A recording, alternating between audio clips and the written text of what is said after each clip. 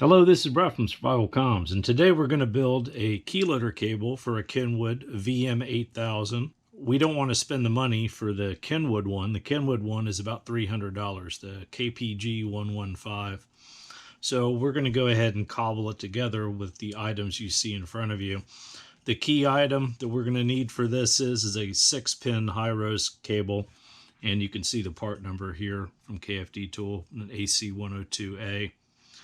Then we're going to need a little bit of wire. This is a 6-conductor shielded cable, and we're just going to be using some parts of this in our build. We're going to need a Schottky diode. I believe this is a 1N5819, an RJ45, and some heat shrink tubing. So let's get started. So here's our 6-pin high-rose, and we're only going to use 2 conductors out of this, but we're going to be occupying 4 conductors in this RJ45. If you look, remember, hook down, left is 1, right is 8. Now if you purchase one of their high-rose jumpers here, the green wire is going to be your data wire, and your black wire is going to be your ground wire. So that's pin 2 and pin 4. So let's start by working with this and getting some conductors out of here for our build. So we're just going to need about that much.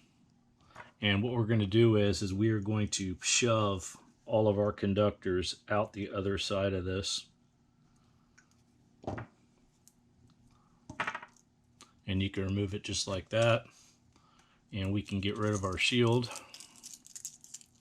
And we're only going to keep 4 conductors out of here. So let's make them contrasting colors. Let's try black, blue, red, and white. And we can discard the rest of our materials. And here's our 1N5819 Schottky diode. And the banded side is our cathode, and that's going to go to pin 5. And then our anode is going to go to pin 2. So color-wise, our black and white wires are going to be our ground wires, and these are going to be our data wires here. So we'll go ahead and make the cathode side the red conductor and the anode side the blue conductor. So let's start with our blue conductor, and we'll go ahead and strip some of the insulation off of this wire. And what we want to do is we want to make this a pretty solid mechanical connection on the anode side, because we're going to be connecting this again to that green wire and applying heat to it, and we don't want to bother with trying to connect all that stuff together. So you can see we've done a little simple wire wrap with our diode here, and that's going to keep it in place when we apply heat to it again when we hook our green wire to it. So at this point here, we're going to go ahead and flow solder across this joint.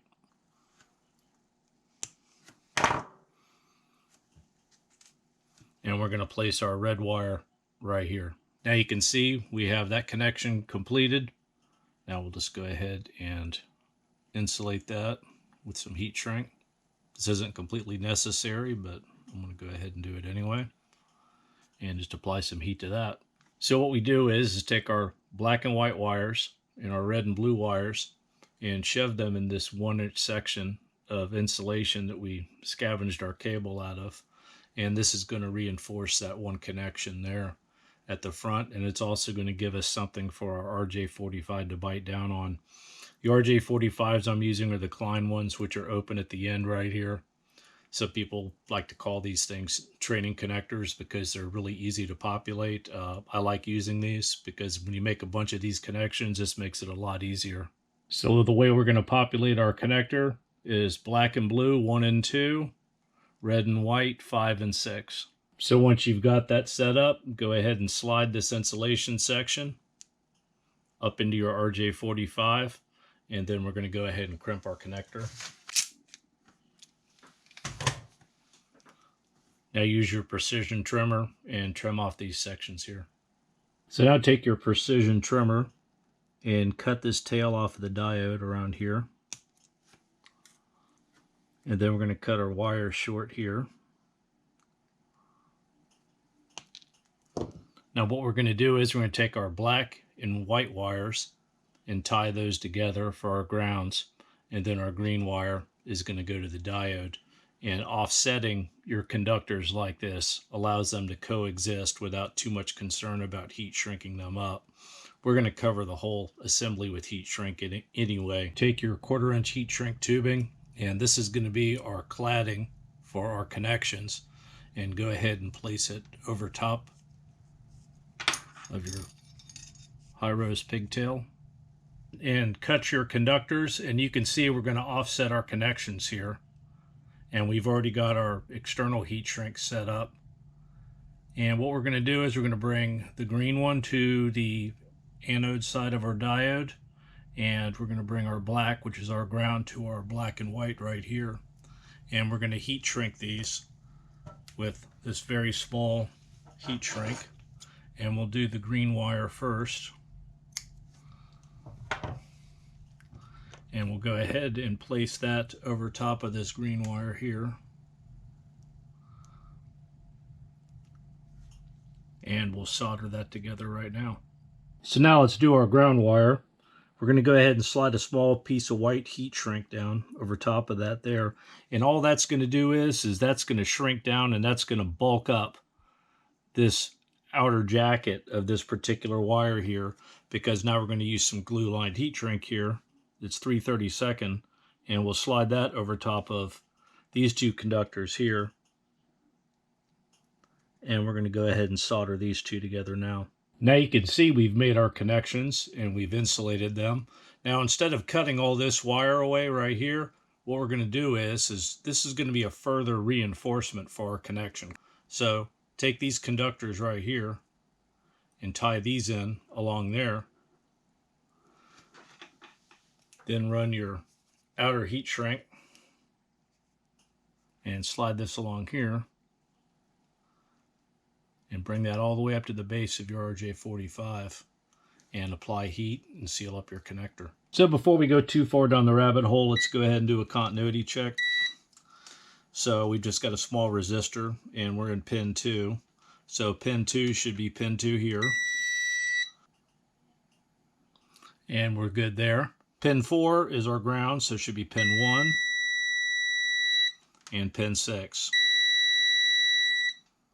So our cable is complete. And here I've drawn this out for you. In the upper left, we have the schematic. To the right of that is the radio models that this cable should support. The bottom left, we have the RJ45. 2 diodes that are there is just showing the orientation of connection.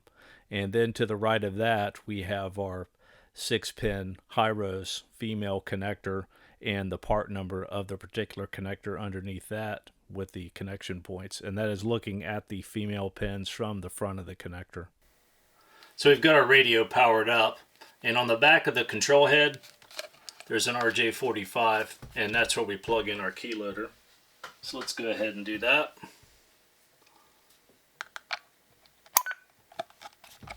And we get a display on here. Let's go ahead and squirt a key into it. Let's go ahead and do a radio test. Rhinoceros, this is Platypus. I am marsupial at this time, over. Well, if you stuck around this long, thank you very much for watching, and I hope this helps. This is Brett from Survivalcomms. Until next time.